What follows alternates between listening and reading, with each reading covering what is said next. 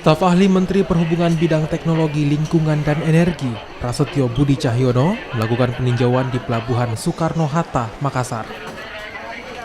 Peninjauan dilakukan di debarkasi maupun embarkasi penumpang, termasuk kondisi kapal di momen arus balik Lebaran. Pengecekan angkutan arus balik dilakukan untuk memastikan semuanya berjalan lancar dan baik, di mana keselamatan merupakan yang utama.